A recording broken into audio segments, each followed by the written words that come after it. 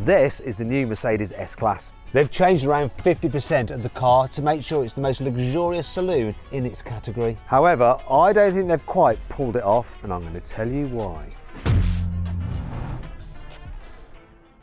This new S-Class isn't a whole new model. It's actually a midlife facelift, but it is the most extensive one in Mercedes history. So the entire front of the car is new. It includes the lights, which now have these three-pointed star daytime running lights. I like those. Less convinced by this though, the new grille. This is the AMG line model, so everything's like blacked out. Do you know what? For me, it just looks a bit plasticky. Doesn't help with this section here for the auto cruise and the radar system. You can get this car with chrome surround and chrome elements there. It looks posher like that, but still, once again, a bit too plasticky. Doesn't scream luxury really, as it should do. If you look closely, you'll notice you've got these stars in the grille, and they're completely lost on this AMG line where they're blacked out. Once again, chrome version, they do pop a bit more. The only thing that really says luxury to me about the front of this car is the good old-fashioned three-pointed star. I love that. Now, if we move down the side, the changes are fewer, so I'll point them out to you. So we have some new alloy wheel designs. These are 20s. And one thing they've added is this here. It's a camera unit for the sensors. So they've upgraded the sensors on this car. More on that in a bit. Once again, because this is the AMG line, it's got the sporty trim on it. It's blacked out around the window line. But again, the S-Class suits chrome, not black. One thing I really wish they would change, the door handles. Mercedes door handles just don't feel luxury enough. There's something in the spring to them that it's a little bit like a bad handshake, and you don't want a bad handshake with your luxury car, do you? Moving to the back, the changes get a bit more extensive here. Everything that isn't metal is changed. So this strip here is new. The light design with the three-point stars in there as well, that's all new, and that does look posher than the previous generation car. They've also redone the rear bumpers there, and I prefer the rear than the front, though if you look down here, we do have some exaggerated exhaust surrounds. At least there's some real exhaust within there. The best angle of the car really is side profile. What lets it down though is the front. However, do things get better when you climb inside? The biggest change in here is fairly easy to spot. It's this new dash design. Mercedes calls it the super screen, and you have this integrated main infotainment screen and a separate screen for the passenger. This all comes as standard, and I think it's a big step up over the layout of the previous car. You also get this digital driver's display, which is very clear, and you can swipe through different options and menus on that. Overall, I think this layout is better than in the 7 Series, which is a little bit kind of awkward. Another change they've made is this new steering wheel, which has some physical controls for the volume control and the distance control for the auto cruise. However, you still have touch sensitive buttons to control the menus within the digital driver's display, which is a bit of a faff to use. Don't like those. Another thing Mercedes have changed are the materials within the cabin. So the door structure itself is the same, but they have changed the trims and the design and colours. In fact, now you can get a wider range of interior trim colours, including this green, which I love. There's even a vegan option though. For an S-Class, I think it needs to be leather. It does. They've also updated the centre console, so this design is completely new. You've got wireless charging there for your mobile phone. It's got 50 watts capability, and it's ventilated, so your phone doesn't overheat. In here, you have your cup holders, another storage location, USB-Cs, and in this part, you have some more USB-Cs and a shallow storage area there. Other storage items, we've got a glove box, which looks big, but is quite shallow, and door bins, which are, I call them reasonable. Now, other changes, materials on the seats, but they haven't changed the seat structure itself. And it does feel a little bit firm, apart from this pillow, which is lovely. I think the seats in the BMW 7 Series just feel a little bit more plush. Also, the material quality of this S-Class just feels a bit cheaper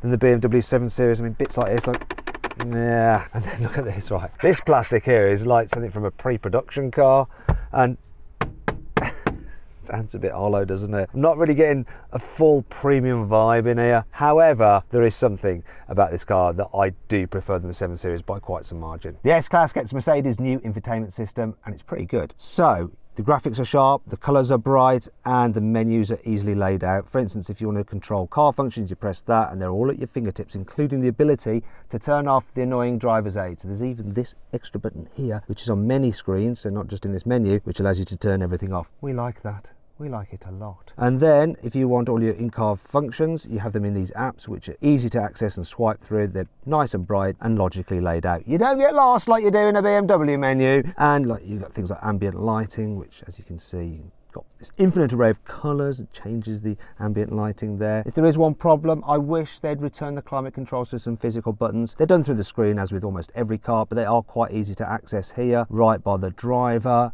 And then there's this main menu there, which you can go into. And I'm glad of this.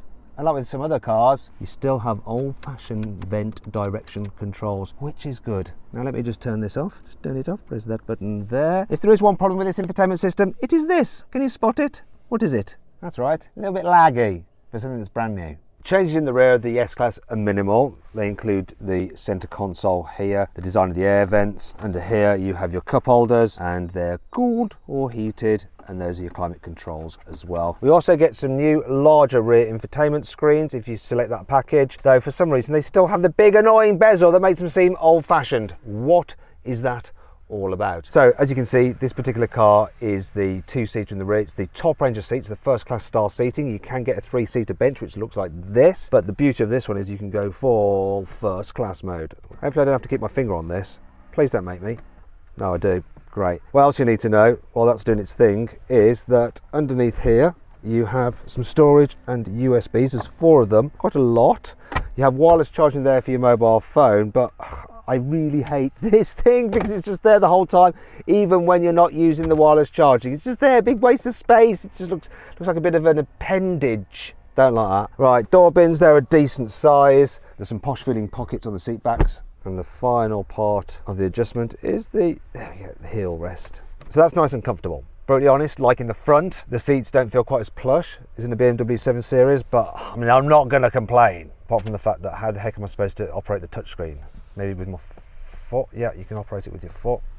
Right, that's quite hard to do. Oh dear, I can't get off that menu now. Oh, fortunately, this is new too. Look, these little controllers. So you just exit one of those, and now I can control the screen. In fact, look, you have a remote control here where it acts like a mouse. Can you see this? Can you see the cursor going around the screen? Now I can just close that. There we go. So that's really, really handy. And then you can control all the other functions on this as well, like your massage seat, your ambient lighting, all that kind of stuff. I do find this a little bit on the laggy side. Look, it's like a cheap mobile phone, but it's a decent solution. And of course, you can do things like the sunblinds as well. Let's just open all the sunblinds. Wake up a bit. In here, look. If you want, you can actually have a fridge. This one doesn't have it, which is a bit of a shame. And there's plenty more room in the boot too, which has up to 530 litres of space. However, if you go for the plug-in hybrid, that drops to 345 litres. If you can't get your head around that, I'm going to illustrate it with my body. So this is the non-plug-in hybrid version. Easy to get in, got plenty of room in here for an adult, even 2, Lewis. Do you want to join me, darling? Not really. Okay, all right. Well, let me show you the hybrid. This is the hybrid's boot. As you can see, it's shallower because the batteries are under there. Now look, when I try to fit in, same way round, this is harder. Can't get my shoulders under. And that brings me on to 5 annoying things about the new Mercedes S-Class. These screens are a little bit too angled. So if you look at the line, it's going above my head. So to be dead square onto it, like that, to play the game, I feel like I need to be leaning like that, which isn't ideal, is it? Unlike with the BMW 7 Series, you can't get electrically closing rear doors. So they open really far, which means you have to lean out like that to get them. Although I suppose your chauffeur will just shut it for you, right? Fancy an S-Class, but find this long wheelbase version just that little bit too long? Well, bad luck if you live in the United Kingdom, because they won't be selling the short wheelbase version there. Why can't we have a full-length glass sunroof on this S-Class? Why do we need this dividing beam in the middle? Yes, I know it's structural, but I've seen on other cars full-length glass roofs that open. This car seems to have a few gremlins. Door handles popped out here, but not here. Also, we had a moment with the blinds, the rear sunblind just stopped working, paused halfway. Wonder what happens if I lock it. It goes in, then unlock it. Normal service is resumed. As part of the first class package, you have these work tables. And you just swivel them into position. But there is an issue, they're a little bit springy. Can you see? How perfect for working on. The big screen is very reflective. Depending where the sun is, you can get lots of flickering, which is distracting, or even glinting from the sun that just like blinds you. Not ideal.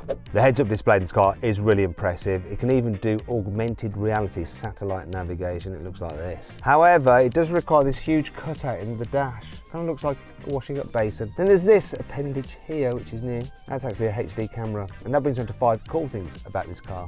You also have high definition cameras in the screens in the back as well. Look, there's one there. And that's because you have Teams meetings apps. Look at that. You can then do a Teams meeting while you're in your S-Class, either in the front or in the back of the car. Oh, the joy. As well as heated seats, heated steering wheel, heated central armrest, heated door armrest. You can now get the S-Class with heated front seat belts. There are these metal elements in there which will warm it up. Whoever thought that was actually necessary? The S-Class has an air filtration system with ionisation function, and it can clean the air inside the vehicle fully in just 90 seconds. So every 90 seconds you get fresh air. You'll never guess how many airbags this car has.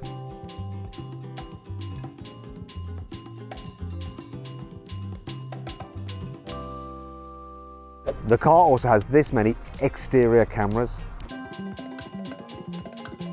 and they work in conjunction with the 5 radar and 12 ultrasound sensors to give this car autonomous driving capability, though it can't actually do it in the UK yet because of legislation, but it can be used for the most advanced parking features I've seen on any car. So if I hit that button there, I can hit that one there, and now the car is searching for parking spaces. It doesn't just do it while you're passing them, it's spotting the parking spots before I even get to them, look. And now I can just choose one and then park now.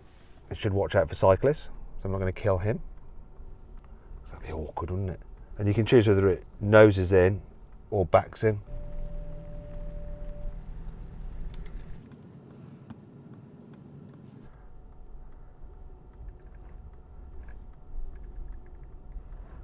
It even knows where the curb is, so it actually puts you all the way in. That is really, really good. The fact that it spots the parking space ahead of you rather than you having to pass it just saves time. It's an auto park facility that I might actually use. Right, let's drive the new S-Class rush hour. And this car is big. See if I can get out without crashing. Oh. Yeah. Right, I'm in the hybrid, so it has plenty of pickup because of the electric motor. So it's a straight 6. Electric motor and over 500 horsepower. In fact, these are the engine choices. You can get a diesel, you can get a petrol, you can get 2 plug-in hybrids, and if you're in the USA, you can also get a V8 petrol. At the moment, this car is cruising along in electric power alone. It's very smooth, very quiet. The air suspension is brilliant over bumps and ruts in the road. It's very, very quiet as well because of all the soundproofing. I'm using all the tech to show me where to go. So I've got my augmented reality down there. I've got directions in my heads-up display. 100 meters, turn left. I've got the lady talking to me, giving me precise directions. I can't possibly get lost. This is the perfect place to test a plug-in hybrid because there's no stop-start doing your head in, going off and on, off and on. You're just coasting on EV power. I've got 40% of the battery remaining, which is good for 35 kilometers, the car reckons. Actually, I'll do up to 100 kilometers, so 60 miles on a full battery. You can run it pretty much like an electric car if your commute isn't that long. That's the engine kicking in there. It actually sounds quite good. It's switched off immediately. It's only because I put my foot down a little bit too much and it thought, it needs some extra power. But actually I don't. Hey Lewis, this is smooth, isn't it? Yeah, it's really smooth. It's really smooth. Now they haven't actually changed any of the chassis or suspension compared to the pre-facelift version. They thought, well, we don't really need to, it's good enough. And they're right. I think in terms of just like gliding down the road, the S-Class does have the edge on the BMW 7 Series. They absolutely nail it. They nail that magic carpet-like feel. The air suspension is just so good. On fast roads, this S-Class has such a nice, relaxing, wafty feel to it. Please follow the motorway for 27 kilometers. Yeah, well, and it'll be fine. It'll be fine because I'm just so comfortable. In fact, I might just put the auto cruise on. There we go. And one day, when the legislation in Europe allows it, I'll be able to just let the car do all the driving and it'll change lanes and everything and follow the sat-nav to where I want to go. For now, though, classic cruise control. It will do the lane change if you indicate. Why did you stop? Oh, it's good to take my hands off. I've just got to show you the heads-up display on it. So it's got the marker there, just showing me where the car in front is. Look, it should auto brake soon, otherwise we're going to be in a lot of trouble. Brake soon. Go on, you can do it. Now I spotted that before the car did. It wasn't abrupt braking, but it wasn't ideal. For a big car, this thing handles very well, steers nicely too. You can get it with adaptive roll control, which will stop it leaning so much in the bends. There's also a new cloud-based system where when you go over a bump, the suspension tells the cloud that there's a bump there, and it tells other S-classes to watch out for that bump, and when they approach that bump, it slackens off the suspension. It's madness. Obviously, that will eventually be passed down to other Mercedes vehicles, so there'll be loads of Mercedes vehicles out there telling you which bits of road are bad and which bits aren't, so that their suspensions can be set up perfectly for the exact right moment. That's very German. You really don't hear anything on the outside, do you? Like nothing. I've always found that with S-classes. You do just feel like you're in your own little world, your luxurious world. Away from the peasants. Well, we've still got you in the car, Lewis. So the car is actually automatically slowing down as I'm getting close to the car in front. So if I just accelerate again, look at it, auto, slow me down. I hope, otherwise we're going to have a bail. Oh, it did do it. I trusted it and it did it. Oh, that could have been bad. Imagine if it didn't work. It's really handy when you're doing that. Like I was zipping to get through those lights. They were on amber, it was fine. But then the car in front slowed down and this just took care of me. And it didn't do the crazy auto brake. It just slowed me down at the right pace. Although I was very close. Whoa, look at that over there. And then that. It's so much like old and new here in Hamburg. Kind of matches the S-Class in a way, because it's such an old car. It's been going for such a long time, and yet it's filled with all this new technology. Do you see what I did there? What on earth? See if my special parking thing picks him up. What is he doing? What? I like the way no one's looking. It's like no one's going, oh, he dropped his balls. He dropped the ball. He knows he's got to get out of the road. I want to give him some money. Lewis, have you got any money? Should we just give him a GoPro? Look, they're giving him money. We've got no money, we're English. Lights change before he comes to us. It's going to be really embarrassing in the S-Class. Let's get the out of here. This city is just full of quality randomness. God, that could have been embarrassing, wouldn't it? Sorry, no, I've got no money. Just in a car that costs over £100,000. That's for the entry-level one. You know, when you go up the different trim levels, they can be £120,000. And if you've got the engines as well, the maximum price you can pay is around £140,000 for the new S-Class. What did we do the days before sat-nav? I mean, how would you ever know? You'd be absolutely screwed here. But I've actually got 1, 2, 3, I've got about 4 sat-navs helping me out. Do you know what I think about this new S-Class? So the drive is impeccable. The tech is impressive. I do think it's the best driving luxury saloon car. The problem is it's just let down in certain areas. Some of the quality of the materials, the plasticky exterior design. It's almost like the engineers have nailed the brief, but the accountants have reduced the luxury vibe slightly. And I don't think that's the case with the BMW 7 Series. And it's such a shame, because as a thing to drive, as a motoring journalist, I can just appreciate the S-Class. It's such a good car. But as a buyer, wanting a bit of like top of the range luxury, in some areas, just a little bit lacking.